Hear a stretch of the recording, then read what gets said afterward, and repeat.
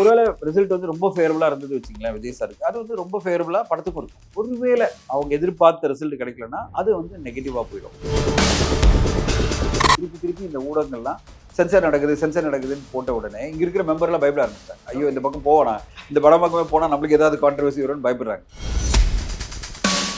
எப்படின்னா எல்லாருக்குமே வந்து நான் சொன்னேன்ல, இப்ப நான் வந்து ஏதாவது நோ சொல்லியிருப்பேன், அதை என் பேர்ல வன்மத்தோட ஒருத்தர் பேசிட்டே இருப்பாரு. அது மாதிரி ஜெகதீஷ் அவர்கள் ஏதாவது ஒரு நோ சொல்லியிருப்பாரு, இல்லைன்னா ஏதோ ஒன்று விஷயம் அவர் சப்போர்ட் பண்ணிருக்க மாட்டாரு. உடனே வன்மத்தில் அவரை வச்சு டார்கெட் பண்ணி அடிக்கிறதுன்றது எனக்கு உடன்பாடு. அதனால இனிமே எதுவுமே பண்ண முடியாது போது நான் எதுக்கு அந்த எக்ஸாம்பிள் சொல்றேன்னா, ஒரு பேப்பர் இடையே கொடுக்க முடியாது எலெக்ஷன் கமிஷன் அப்ரூவல் இல்லாம. ஒரு திரைப்படத்தை எப்படி வெளியிட முடியும்? சென்சர் போர்டு வேற, எலெக்ஷன் கமிஷன் வேற. நான் ஏதாவது சொன்ன வச்சுங்களேன், சார் உங்களை பத்தி ஒரு வீடியோ வந்திருக்கு, அப்படியா யாரு அப்படின்னு என்ன சொன்னாங்க அப்படின்னு என்ன சார் நீங்க பார்க்க மாட்டீங்களா, இந்த பக்கமே ஒரு இடம் சொல்லியிருக்கேன். ஜனநாயகனுடைய சர்டிபிகேட் இன்னைக்கு வந்துடும் அப்படிங்கிற ஒரு விஷயம் இன்னைக்கெல்லாம் வராது. நேத்து தான் பாத்துருக்காங்க. இப்போ ஒரே விஷயம் தான் சொல்றேன், நீங்க ஊடகங்கள்லாம் சேர்ந்துக்கிட்டு இங்க பார்க்க விடாம பண்ணிட்டீங்க. எங்க தமிழ்நாட்டுல சென்சர் வந்து இங்க நடக்கல, அது ஹைதராபாத்தோ இல்ல பெங்களூரோ நடந்திருக்கு. ஏன்னா 2 பேரும் வந்து ரிவைசிங் கமிட்டி சேர்மன் வந்து ஒருத்தர் வந்து பெங்களூர்ல இருக்காங்க, இன்னொருத்தர் வந்து ஹைதராபாத்ல இருக்காங்க. இப்போ இங்க மீடியாக்கெல்லாம் திருப்பி பேசி இது வந்து இங்க என்எஃப்டிசில இந்த 2 மணிக்கு நடக்க போகுது, இல்லைன்னா 4 நடக்க போகுதுன்னு பேசி இங்க இருக்கிற சென்சர் மெம்பர்லாம் சொல்லிட்டாங்க, நாங்க வரல, இந்த பக்கம் நாங்க வரவே இல்லை, சென்சருக்கே வரல, நீங்க எங்காவது பண்ணீங்கன்னு சொல்லிட்டாங்க. இப்ப என்ன பண்ணிட்டாங்க, சென்சர் போர்டு 2 சேர்மனும் கேட்டாங்க, நாங்க ஹைதராபாத்லயே பண்ணிக்கிறோம் இல்லைன்னா பெங்களூர்ல பண்ணிக்கிறோம் சொல்லி. நேத்து எங்க நடந்ததுன்னு யாருக்குமே தெரியல. 2 இடத்துல நடந்திருக்கு, ஏதோ ஒரு இடத்துல நடந்திருக்கு. அது ஹைதராபாத்தா பெங்களூரான்றது அபிஷியலா இன்னும் வரல. அந்த இடத்துல மெம்பர்ஸ் எல்லாம் வந்து படம் பார்த்துட்டாங்க. படம் பார்த்துட்டு அவங்களுடைய தயாரிப்பாளரும் போயிருக்காரு. ஆனா என்ன நடந்தது, கான்வர்சேஷன் என்ன, சர்டிபிகேட் என்ன, எதுவுமே எனக்கு தெரியாது. ஆனா சர்டிபிகேட் வந்துடும். ஏன்னா டிஸ்கஷன் முடிஞ்சிருச்சு. ஏதோ கட்லிஸ்ட் கொடுத்துருப்பாங்கன்னு நினைக்கிறேன். அந்த கட்லிஸ்ட் எல்லாம் ஏற்கனவே கொடுத்த கட்லிஸ்டோட அவங்க என்ன கொடுத்துருப்பாங்கன்னு தெரியல. ஆனா முடிஞ்சிருச்சு, அவங்க ஸ்கிரீனிங் முடிஞ்சிருச்சு. இனிமே வந்து டிலே பண்ண மாட்டாங்க. என்னோட நம்பிக்கை என்னன்னா, இனிமே அதை டிலே பண்ண மாட்டாங்க. அவங்க என்ன எல்லா பாயிண்டும் முடிஞ்சிருச்சு, ஆனா படம் ரிலீஸ் பண்ண முடியாது. ஏன்னா மாடல் கோட் ஆஃப் கான்டக்ட் வந்துருச்சு. இப்போ இனிமே இந்த படத்தை ரிலீஸ் பண்ண முடியாது. எக்ஸாக்ட்லி ஏப்ரல் 23 எலெக்ஷன் பிறகு இந்த படம் ரிலீஸ் ஆகலாம். அப்போ 24 ரிலீஸ் ஆகலாம், இல்ல 30 ரிலீஸ் ஆகலாம், இல்ல 7 ரிலீஸ் ஆகலாம், இல்ல 15 ரிலீஸ் ஆகலாம். அது என்ன தேதின்றது ப்ரொடியூசர் அனௌன்ஸ் பண்ணுவாரு. ஆனா எப்போ பண்ணுவாருன்னா, கையில சர்டிபிகேட் வரும்போது பண்ணுவாரு. அது எப்போ வரும் அப்படின்னா, இப்போ வந்து இவங்க எல்லாமே சேர்ந்து ரிப்போர்ட் வந்து சேர்மனோட ரிப்போர்ட் போகும். இன்னைக்கு தான் போகும். நேத்து தான் பார்த்துருக்காங்க. நேத்து 7 மணிக்கு தான் பார்த்து முடிச்சிருக்காங்க. நேத்து ஈவினிங் தான் நடந்திருக்கு ஷோ. அது பெங்களூரா ஹைதராபாத்ன்றது இன்னைக்கு தகவல் வரலாம், பட் வராமையும் போகலாம். ஏன்னா அவங்க அவ்வளவு கான்ஃபிடென்ஷியலா அதை ஹேண்டில் பண்றாங்க. ஏன்னா இந்த விஷயத்துல வெளியில யாருக்கும் தெரியக்கூடாது. ஏன்னா திருப்பி இந்த ஊடகங்கள்லாம் சென்சார் நடக்குதுன்னு போட்ட உடனே இங்க இருக்கிற மெம்பர்லாம் பயப்பட ஆரம்பிச்சிட்டாங்க. ஐயோ இந்த பக்கம் போனா, இந்த படம் பக்கமே போனா நம்மளுக்கு ஏதாவது கான்ட்ரவர்சி வரும்னு பயப்படுறாங்க. அதனால வெளியூர்ல நடந்த தொட்டு இப்ப யாருக்குமே தெரியல. இப்போ நாளைக்கு இப்போ இது போய் இன்னைக்கு ரிப்போர்ட் போன பிறகு நாளைக்கு சேர்மன் வந்து இவங்களுக்கு மெசேஜ் கொடுப்பாங்க. இந்த கட்லிஸ்ட் எல்லாம் நீங்க கண்டென்ட் டெலிவரி பண்ணுங்க, கட்லிஸ்டோட டெலிவரி பண்ணணும். இவங்க டெலிவரி எப்போ நடக்கும்னா, இப்போ நாளைக்கு இன்னும் 2 நாள்ல ஃப்ரைடே ஆயிடுது. அப்புறம் மண்டே மேல இவங்களுக்கு வந்து நெக்ஸ்ட் வீக்ல கண்டிப்பா சர்டிபிகேட் கிடைச்சிரும்ன்றது எனக்கு நம்பிக்கை. கண்டிப்பா நெக்ஸ்ட் வீக் கிடைச்சிரும். அது இன்னொரு விஷயம் இருக்குல்ல சார், ஃபார் எக்ஸாம்பிள் வேட்பாளரை அறிவிச்ச பிறகுதான் இப்ப அந்த வேட்பாளர் வந்து படத்துல இருக்கும் பட்சத்துல அந்த படம் ரிலீஸ் ஆகாது. இன்னும் வேட்பாளர் அறிவிக்கல. அப்படி இல்ல, அரசியல் தலைவர் நடிச்ச படம் எல்லாம் வர முடியாது. அது மாதிரி இருந்தாலும் வர முடியாது. அவங்க வேட்பாளரா இருந்தாலும் இல்லைனாலுமே அதெல்லாம் சம்பந்தம் கிடையாது. அவர் கண்டெஸ்ட் பண்றாரா இல்லையான்றது முக்கியம் கிடையாது. அவர் பொலிட்டிக்கல் தலைவரா இருக்காரு. அவரு நடிச்ச ஒரு படத்தை வந்து வெளியிடுறதுக்கான மாடல் கோட் ஆஃப் கான்டக்ட்ல பாசிபிலிட்டி கிடையாது. ஓகே, ஏன்னா இது 2 விதமா சொன்னாங்க. ஒண்ணு என்ன அப்படின்னா, அவர் வேட்பாளரா அறிவிச்சிட்டாங்க அப்படின்னா அதுக்கப்புறம் படம் வராது. அப்படி அறிவிக்கல அப்படின்னா படம் ரிலீஸ் ஆனதுக்கு அப்புறம் பண்ணக்கூடாது. அது ஒண்ணு, அங்கதான் பிரச்சனை. இவர் கேம்பெயின் பண்ண மாட்டாரு சொன்னாங்கன்னா படம் வரலாம். ஏன்னா அவருடைய போஸ்டர் தானே எல்லா இடத்துலயும் இருக்கு. இப்போ அவருடைய போஸ்டர் இருக்கிறது, அவருடைய வீடியோ தான் வந்துட்டு இருக்கு எல்லா சோசியல் மீடியாலையும்.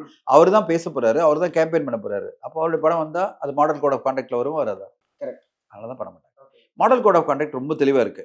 இப்போ வந்து நீங்க இப்போ உங்க படம் வரப்போகுதுன்னா நீங்க வந்து எலெக்ஷன்ல இருக்கக்கூடாது. அப்போ இது வந்து டெஃபினட்டா எலெக்ஷன் பிறகுதான். மாடல் கோட் ஆஃப் கான்டக்ட் கிளியரா இருக்கு. நான் படிச்சேன் நான் எல்லாமே. மாடல் கோட் ஆஃப் கான்டக்ட் என்ன சொல்லுதுன்னா, இப்போ வந்து நீங்க அப்ரூவல் வாங்கணும். எங்க போயிட்டு எலெக்ஷன் கமிஷன் கிட்ட. எலெக்ஷன் கமிஷன் போய் நீங்க அப்ரூவல் வாங்கணும். இந்த படத்தை நான் வந்து சென்சர் வாங்கியிருக்கேன், நான் ரிலீஸ் பண்ண வேணாம். அவங்க என்ன சொல்லுவாங்க, எலெக்ஷன் பிறகு பண்ணீங்கன்னு சொல்லுவாங்க. ஏன்னா இது வந்து model code of conduct clash ஆயிடும். ஏன்னா அதுல நீங்க சொல்ல வர ஒரு கருத்து அரசியல் கருத்தா இருந்ததுன்னா அது வந்து உங்களுக்கு ஃபேவரபுளா இருக்கும்ல எலெக்ஷன்ல. எலெக்ஷனை பொறுத்தவரையும் ஒரு தனி மனித ஒரு கேண்டிடேட்கோ இல்ல ஒரு பார்ட்டிக்கோ ஃபேவரபுளான எந்த விஷயத்தையும் அலோ பண்ண மாட்டாங்க. ஏன் பேப்பர் ஆட் அலோ பண்ண மாட்டாங்க? பேப்பர் ஆட் அங்கதான் போகணும்.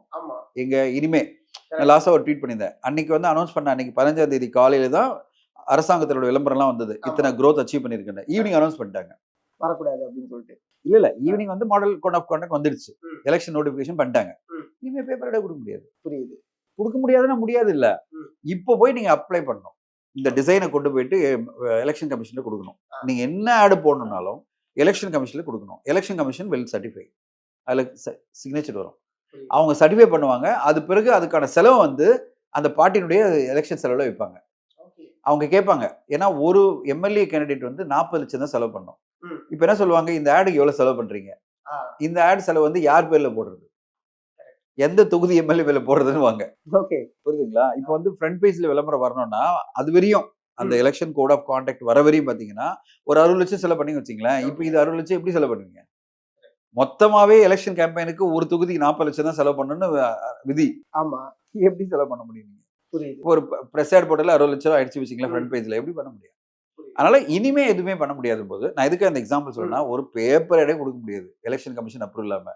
ஒரு திரைப்படத்தை எப்படி வெளியிட முடியும்? புரியுது, புரியுது. சென்சர் போர்டு வேற, எலெக்ஷன் கமிஷன் வேற. சென்சர் போர்டு வந்து படத்தை வந்து பப்ளிக் எக்ஸிபிஷன் ஓகேன்னு சர்டிஃபை பண்ணுவாங்க. ஆனா இந்த படத்தை இப்ப வெளியிட முடியுமா அப்படின்னா நீங்க எலெக்ஷன் கமிஷன் கிட்ட போகணும். Election commission will watch the film. அதுல அரசியல் தகவலாம் இருந்தா சொல்லுவாங்க, இல்ல இது அரசியல் ரீதியான பல விஷயங்கள் நீங்க சொல்லியிருக்கீங்க, ஆனால் நாங்க வெளியிட முடியாதுன்னு சொல்லுவாங்க. அந்த விஷயத்துக்கே போக மாட்டாங்கன்றது என்னோட எதிர்பார்ப்பு.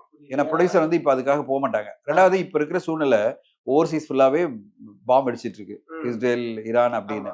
இப்போ கண்டியூசிவா இல்ல, எங்குமே ஓவர்சீஸ் ஃபுல்லா பாத்தீங்கன்னா ஒரு டிஸ்டர்பான சூழ்நிலை தான் இருக்கு.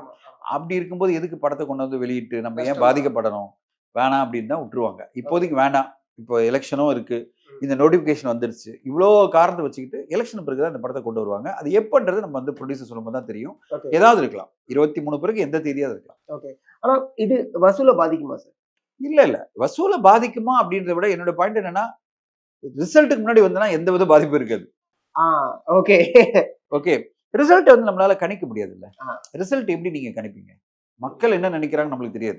நான் வந்து ஜோசியம் கிடையாது, என்னால கணிக்க முடியாது இவ்வளவு பர்சன்டேஜ் தான் அப்படின்னு சொல்லிட்டு. சோஷியல் மீடியா ஒருத்தர் ஜோசியர் போட்டுட்டே இருக்காரு, அவர் இஷ்டத்துக்கு போடுறாரு, அதை பார்த்துட்டே இருக்கேன், என்னடா இது இவ்வளவுலாம் ஜோசியம் போடுறாங்களே அப்படின்னு. நம்மளால அப்படி போட முடியாது. அதாவது ஒப்பீனியன் போல்ஸ் நம்மளால அது போட முடியாது. ஏன்னா மக்கள் மனநிலை மாறிட்டே இருக்கும். இன்னைக்கு ஒண்ணு இருக்கும், இன்னைக்கு ஃபுல்லா சோஷியல் மீடியால வந்து இவர் எப்படி இப்படி பேசலாம், அவர் எப்படி பேசலாம்னுவாங்க, மறுநாள் காலையில எல்லாம் மறந்துடுவாங்க. மறந்துட்டு அடுத்த கட்டம் அவர் நம்ம தலைவர்ப்பா, அவரே பேசலாம்ப்பா அப்படின்வாங்க. நம்ம மெமரி வந்து வெரி ஷார்ட். நம்ம மெமரி எல்லாருமே வெரி ஷார்ட். அண்ட் செகண்ட்லி நல்ல ஒரு கல்ச்சர் நம்மளுது. நம்ம யானை மெமரி எல்லாம் கிடையாது. Forgive, forget, move on. கரெக்டா? யானை மெமரி மாதிரி மண்டையிலேயே வச்சுக்கிட்டு மறக்கவே கூடாது, இவனை விடக்கூடாது அப்படிலாம் நினைக்க மாட்டாங்க. நம்மளால ரொம்ப நல்லவங்க. நான் என்ன எலெக்ஷன், நான் சொல்றது இந்தியன் ஓட்டர்ஸ் எல்லாமே மறக்கவே மாட்டாங்க. அதை மறந்துடுவாங்க டப்பு டப்பு டப்புன்னு. அதனால தான் சொல்லுவாங்க, இந்த மறதி என்பது மிகப்பெரிய வியாதி இங்கே அப்படின்வாங்க.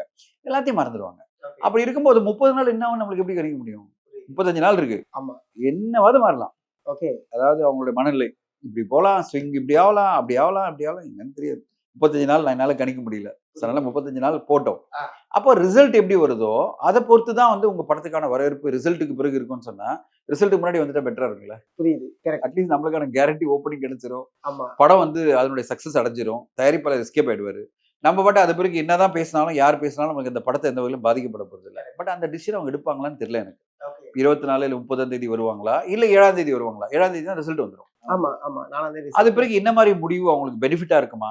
சரி, நல்லா பாசிட்டிவா நினைப்போம். ஒருவேளை ரிசல்ட் வந்து ரொம்ப ஃபேவரபிளா இருந்தது வச்சுங்களேன், விஜய் சாருக்கு அது வந்து ரொம்ப ஃபேவரபிளா படத்துக்கும் இருக்கும். 7ஆம் தேதி படம் வரும்போது 15ஆம் தேதி வந்தாலும் அப்படி ஃபேவரபிளா இருக்கும். ஒருவேளை அவங்க எதிர்பார்த்த ரிசல்ட் கிடைக்கலன்னா அது வந்து நெகட்டிவா போயிடும் படத்துக்கு. ஸோ அது என்ன முடிவு எடுக்க போறாங்கன்றது தயாரிப்பாளர் தான் பார்க்கணும், சொல்லணும், வெயிட் பண்ணி பார்க்கலாம். புரியுது சார். சமீபத்தில் இந்த நெகட்டிவ் பிஆர் அப்படிங்கிற ஒரு விஷயம், அது முன்னாடி நம்ம அதை பற்றி பேசியிருக்கோம். இந்த பிஆர் அப்படிங்கிறது இப்போ ரொம்ப எல்லாருக்கும் தெரிய ஆரம்பிச்சிருச்சு. அதை பற்றின டிஸ்கஷனும் அதிகமாகிடுச்சு. இந்த நெகட்டிவ் பிஆர் பண்ணுறாங்க. பிரியங்கா மோகன் சொன்ன ஒரு ஸ்டேட்மெண்ட் தான். நெகட்டிவ் பிஆர் ஒரு ஹீரோயினுக்கு இல்லை ஒரு ஆக்டருக்கு நெகட்டிவ் பிஆர் பண்ணி அவங்களுடைய கெரியர் குரோத்தை காலி பண்ண முடியுமா? இங்கே கண்டிப்பாக பண்ண முடியும். இங்கே ஒன்றுமே கிடையாது. இப்போ நான் சொன்னேன், நான் வந்து எவ்ரிடே ஒரு 1-2 ஃபிலிம் மேக்கர்னுடைய கதைகள் பார்க்குறேன், படிக்கிறேன். நம்ம ட்ரை பண்ணிகிட்டே இருக்கோம். ஒரு 3 படம் இப்போ எடுத்துகிட்டு இருக்கோம். மீதி நிறைய பேர் நம்ம வந்து இல்லைங்க உங்கள் கதை செட் ஆகலன்னு சொல்கிறோம். நீங்கள் மெச்சூர்டாக இருந்தால் என்ன நினைப்பீங்க? ஓகே, கதையை மேம்படுத்துங்க. இன்னும் இம்மெச்சூர்டாக இருந்தால் என்ன பண்ணுவீங்க? இல்ல இவருக்கு சொல்ல தெரியலப்பா, நான் வேற இடத்துக்கு சொல்ல தெரியல, அவன் ஒரு முட்டாளு, இவர் எடுத்த படம் எல்லாம் பெரிய ஹிட்டு, அவன் எப்படின்னா, ஒரு என்ன கன்வின்ஸ் பண்ண முடியாதுன்னு நினைப்பான் தெரியுமா? ஃபர்ஸ்ட்டு அவனுக்கு கோவம் வரும். இவரு பெரிய இவரு அப்பா டக்கரு. இவருக்கு எல்லா கதையும் தெரியும். இவரு எடுத்த கதையெல்லாம் ஜெயிச்சிருச்சா? அங்க தான் ஆரம்பிப்பான். அவனோட தோல்வி அங்க தான் ஆரம்பிக்கும். இப்போ நான் எடுத்தது இதெல்லாம் வெற்றி அடைதல்ன்றது உனக்கு சம்மந்தமே கிடையாது. அப்படிப்பட்ட ஆளே உன் கதைய ரிஜெக்ட் பண்றான்னா, அப்ப எவ்வளவு மட்டமான கதை வந்து? அப்படிதான் நினைக்கணும். கரெக்ட்டுங்களா? இப்ப என் ஜட்ஜ்மெண்ட் இவ்வளவு தப்பா இருக்குன்னா, உன்ன பத்தியும் வந்து சொல்றேன்னா, அப்ப வந்து உனக்கு எவ்வளவு மோசமான கதைகள். இப்ப போயிட்டு நீ போய் உட்கார்ந்துட்டு, உன் கதைய இம்ப்ரூவ் பண்ணேன்னா, உனக்கு வாழ்க்கை கிடைக்கும். ஆனா, எனக்கே ஒரு இவ்வளவு பேர் எனிமி இருக்காங்கன்னு வச்சுக்கங்களேன். நம்ம வந்து சாதாரணமா நம்ம பப்ளிக்ல என்ன இன்டராக்ஷன் இருக்கும்? என்னோட பப்ளிக் இன்டராக்ஷன்ன்றது என்ன அர்த்தம்? நான் வந்து ஸ்க்ரீன்ல வரல. நம்ம வந்து பிஹைண்ட் த சீன் தான் இருக்கோம். நம்ம கதைகள் கேட்கிறோம். சில பேருக்கு வாய்ப்புகள் கேட்டு வருவாங்க. நடிக்கிறதுக்கு வருவாங்க. டெக்னீஷியனா வருவாங்க. டைரக்ஷன் வருவாங்க. நம்ம முடிஞ்ச வரையும் எத்தனை படம் பண்றோமோ, அதில தான் நம்ம இன்வால்வ் பண்ண முடியும். மீதி பேர்லாம் நம்ம இல்ல சார் இந்த இதில முடியல. அடுத்த ட்ரை பண்ணுவோம். ஆனா யாருக்கெல்லாம் நீங்க நோ சொல்றீங்களோ, அவங்கலாம் கோவத்தில தான் இருப்பான். இவர் நம்மளுக்கு வாய்ப்பே தரல. இவரு கிடைக்கும் போதெல்லாம் பார்த்தீங்கன்னா, அவன் வந்து யூடியூப் பார்த்துட்டு இருப்பான். அந்த யூடியூப்ல கமெண்ட் போட்டுட்டே இருப்பான். நம்மள பத்தி பொய்யான தகவல்லாம் போட்டுட்டு இருப்பான். இவனுக்கெல்லாம் பதில் சொல்ல ஆரம்பிச்சீங்கன்னா, விடிஞ்சிரும் உங்க நேரம். ஓகேங்களா? அப்ப நான் படிக்கும்போது என்னடா முட்டா பையன் வேலை வெட்டி இல்லாம இந்த பொய்யான தகவல்லாம் போஸ்ட் பண்ணிட்டு இருக்கானே அப்படின்னு நம்மளுக்கு தோணும்.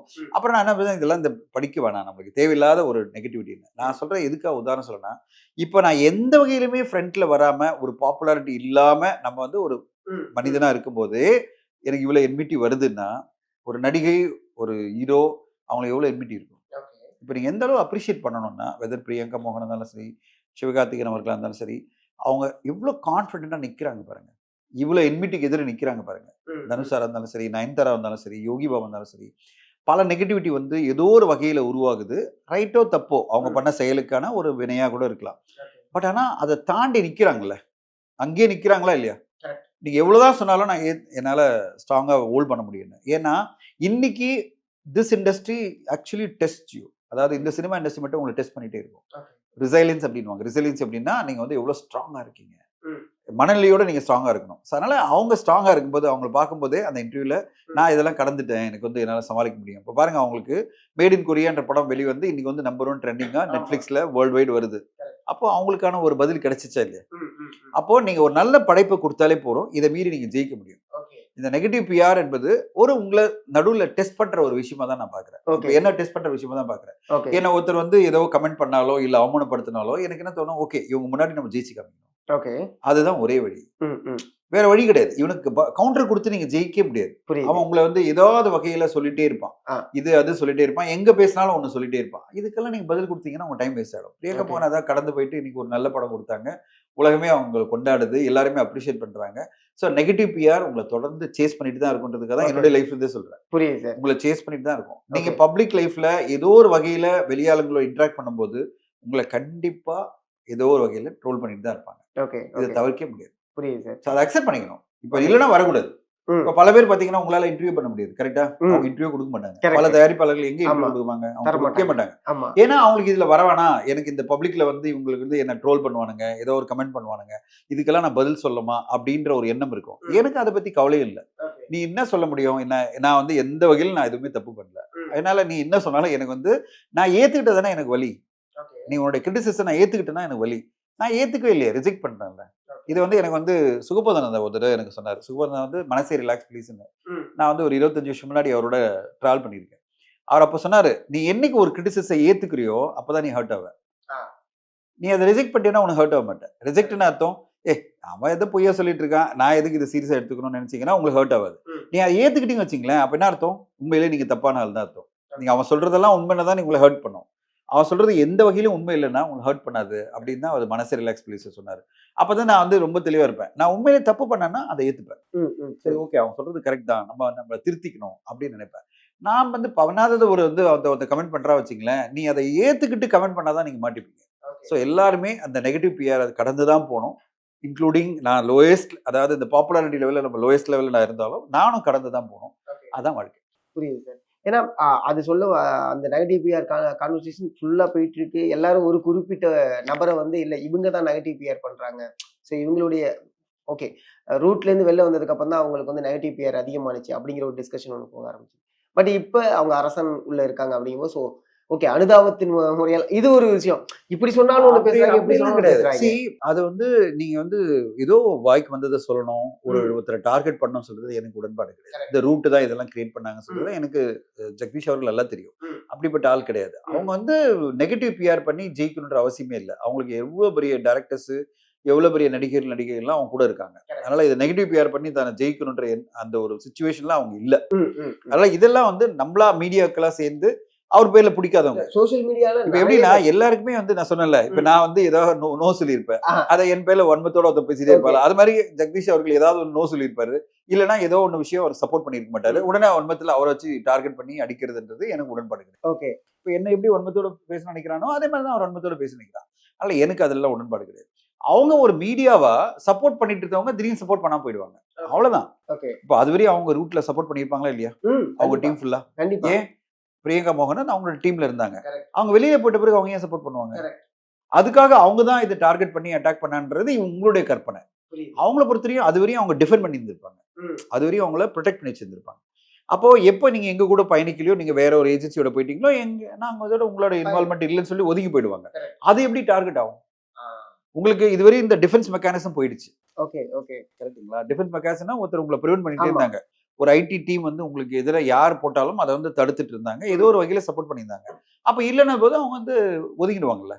சோ அதை எப்படி நீங்க உடனே இவர் தான் இறங்கி நின்று அடிக்கிறாங்க, அந்த டீம் தான் வந்து இவங்களை டார்கெட் பண்றாங்க அப்படின்னா, இப்ப மேட் இன் கொரியா படம் வந்த உடனே அவங்க டார்கெட் பண்ணி அடிச்சிருக்கணும்ல. கரெக்ட்.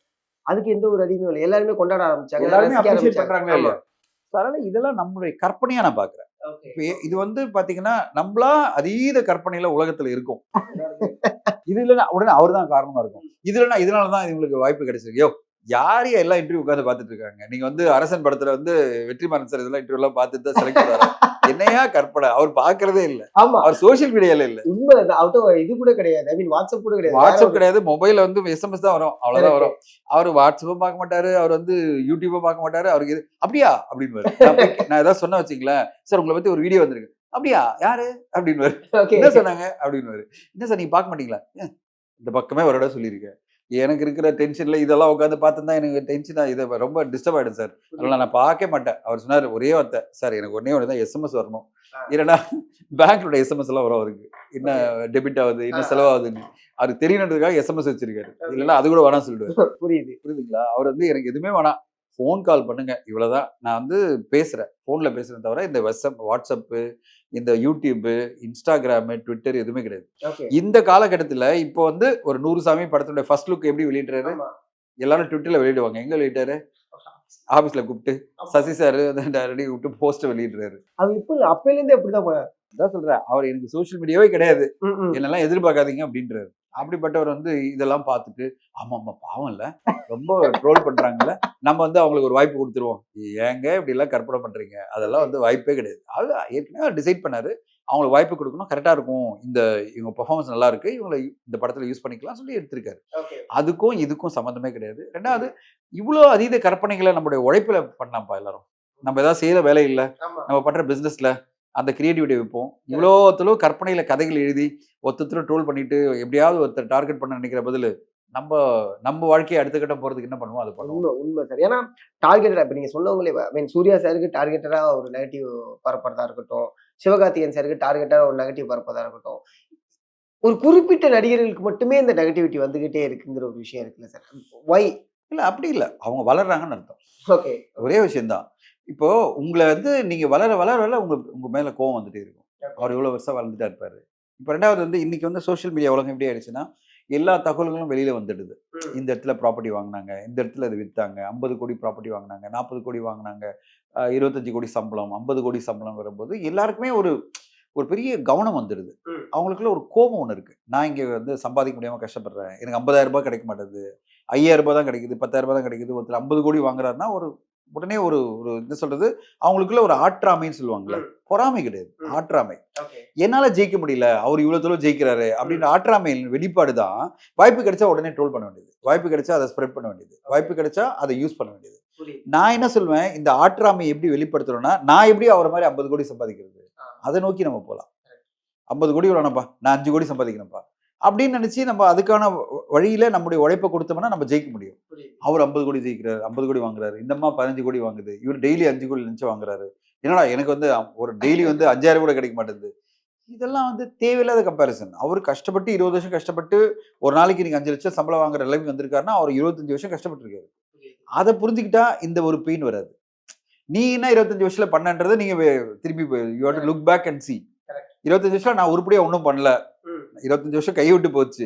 ஆனா உருப்படியா ஒன்றும் பண்ணல. எனக்கான ஒரு பிளேஸ் கிடைக்கலன்னா அது உங்க தப்பு தான் தவிர அவர் ஜெயிச்சவரை பத்தி பேசுறதுல எந்த நியாயமும் கிடையாது. ஸோ எல்லாரும் அவங்கவுங்க வாழ்க்கையில கஷ்டப்பட்டு தான் வந்திருக்காங்க. அதை அக்செப்ட் பண்ணிட்டோம்னா எந்த பிரச்சனையும் இல்லை. நம்மளால அக்செப்ட் பண்ணிக்க முடியல. புரியுது. 99% பீப்புளால அக்செப்ட் பண்ணிக்க முடியல. அவங்க வளர்ச்சியை பார்க்கும்போது நம்ம பொறாம வருது.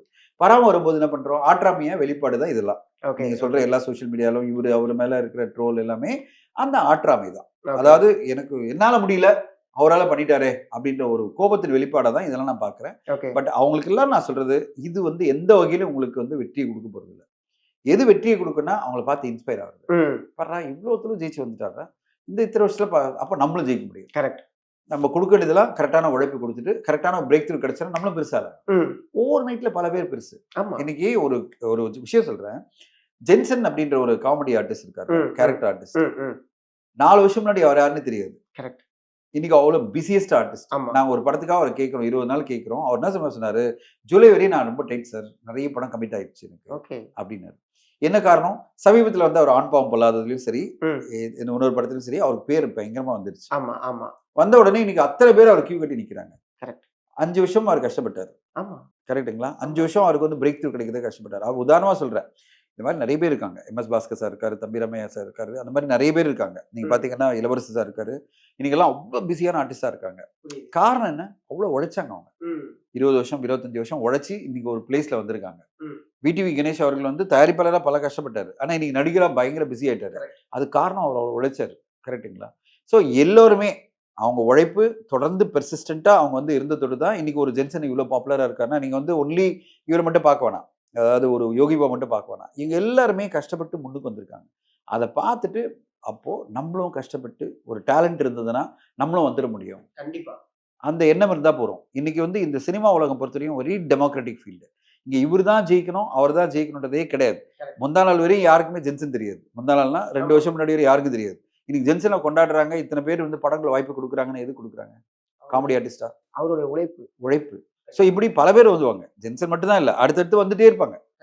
கரெக்டுங்களா? இப்போ பாலசரவணன் ஏன் எல்லாரும் கொண்டாடுறாங்க? 10 வருஷம் 15 வருஷம் நடிச்சிட்டு இருக்காங்க. இன்னைக்கு மிகப்பெரிய கொண்டாட்டத்தில் இருக்காங்க. எல்லாருமே அவர் கொண்டாடுறாங்க. அவர் பயங்கரமா நல்லா பண்ணிட்டு இருக்காரு. ஒரு படத்துலயும் அவருக்கான ஸ்கோரிங் நல்லா வந்துட்டு இருக்கு. ஸோ உதாரணமா சொல்லிட்டே போலாம்.